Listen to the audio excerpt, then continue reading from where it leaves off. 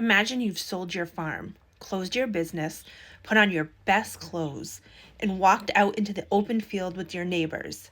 You're not alone. Tens of thousands of people across America are doing the same thing. The date is October 22nd, 1844. The time, just before midnight, and you are waiting, heart pounding, to be lifted into the sky. Because William Miller, a respected preacher, had promised that Jesus Christ will return on that night. But as the hours tick by, nothing happens. The night is silent, the world keeps turning, and the only thing that arrives is disappointment. A disappointment so great that history remembers it as the Great Disappointment. Today we're diving deep into the story of William Miller, how thousands came to believe that the world was ending, and what happened when it didn't. William Miller was born in 1782 in Massachusetts into a Baptist farming family. But like many young men of his time, religion wasn't his top priority. As a young adult, Miller leaned toward deism, the belief that God exists but doesn't intervene in human affairs. Deists saw God more as a watchmaker who built the universe and then stepped back. That changed when Miller served in the War of 1812. In one famous battle, cannon fire rained down on his unit, and many around him were killed, but Miller walked away unharmed. For him, this felt like divine protection. After the war, he returned home and threw himself into Bible study, convinced that God had a plan for his life. Miller wasn't just casually reading scripture, he was methodical, almost scientific. He studied the Bible verse by verse, line by line, comparing passages and cross-references. One verse captured him, Daniel 8:14. Unto 2,300 days, then shall the sanctuary be cleansed. To Miller, this just wasn't metaphorical, it was a prophecy with a literal timeline. And here's the key. In biblical prophecy, he believed a day actually symbolized a year. So 2,300 days equals 2,300 years. Now the question was, when did the countdown begin? Miller identified the starting point as 457 BC, when King Artaxerxes, I realize I'm butchering that poor king's name, of Persia, issued a decree to rebuild Jerusalem. Do the math, and Miller concluded the 2,300 years would end around 1843 or 1844. In plain words, Miller believed that the Bible gave him an exact window when Jesus Christ would return to earth. Miller was not a flashy preacher. By all accounts, he was humble, plain-spoken, even awkward.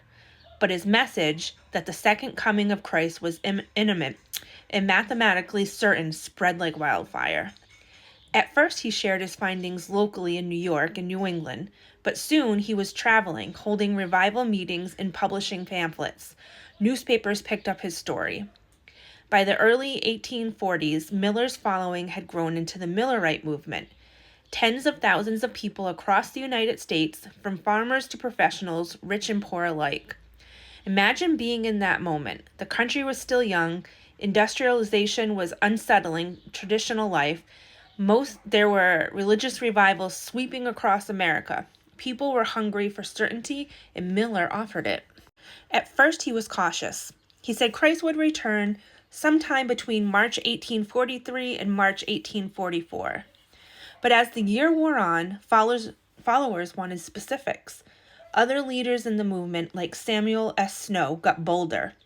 Snow eventually proclaimed the exact date, October 22nd, 1844.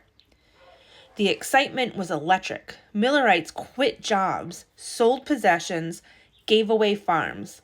White ascension robes were sewn to be ready for the heavenly journey. Crowds gathered on hills, in fields, and in churches, praying, singing hymns, and waiting. And then came the night, October 22nd, 1844. As the sun set, people looked to the skies. They sang and wept with joy, ready to see Christ appear in the clouds. Some accounts say entire communities stood together outdoors, convinced that at any moment they'd be lifted up. But the hours passed. Midnight came and went, and the skies remained empty. By dawn, the sobering truth was undeniable. nothing had happened. The heartbreak was immense. People wept openly in the fields. Some had lost everything: homes, savings, even reputations. One follower wrote, "We wept and wept until the day dawned." This became known as the Great Disappointment. For William Miller, the failure was crushing. He admitted, "I confess my error and I acknowledge my disappointment." Yet he insisted his basic interpretation wasn't wrong, only the details of the timing. The movement splintered, some abandoned faith altogether. Others reinterpreted the prophecy, arguing that October 22nd wasn't just about Christ returning to earth, but about something happening in heaven, the beginning of Christ's heavenly judgment. Out of these reinterpretations came the foundation of new churches, most famously the Seventh-day Adventist Church, which today has millions of members worldwide. So while the prophecy itself failed, the legacy of Miller's movement lived on, reshaped into new theology and institutions. The story of William Miller reminds us of a pattern we've seen over and over again. A leader studies scriptures or signs, a specific date for the end of the times is announced, followers devote themselves wholeheartedly, the date comes, and then it goes. And yet, even after the disappointment, belief doesn't always die. Instead, it transforms. The Millerite movement shows how powerful human hope can be, and how even when our predictions fail, we search for meaning and continue building new narratives. On October 22nd, 1844, thousands of people looked to the night sky, expecting to see the world end, and instead saw the world continue. It was a crushing moment of disillusionment, but also a turning point that reshaped American religion and gave birth to new faith traditions.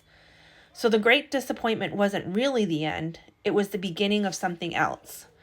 And I wanted to share this story in light of the fact that supposedly the rapture is coming between Tuesday and Wednesday of this week, September 23rd, 2025 through September 24th, 2025. So what are your thoughts? They keep doing it and it's just never coming true.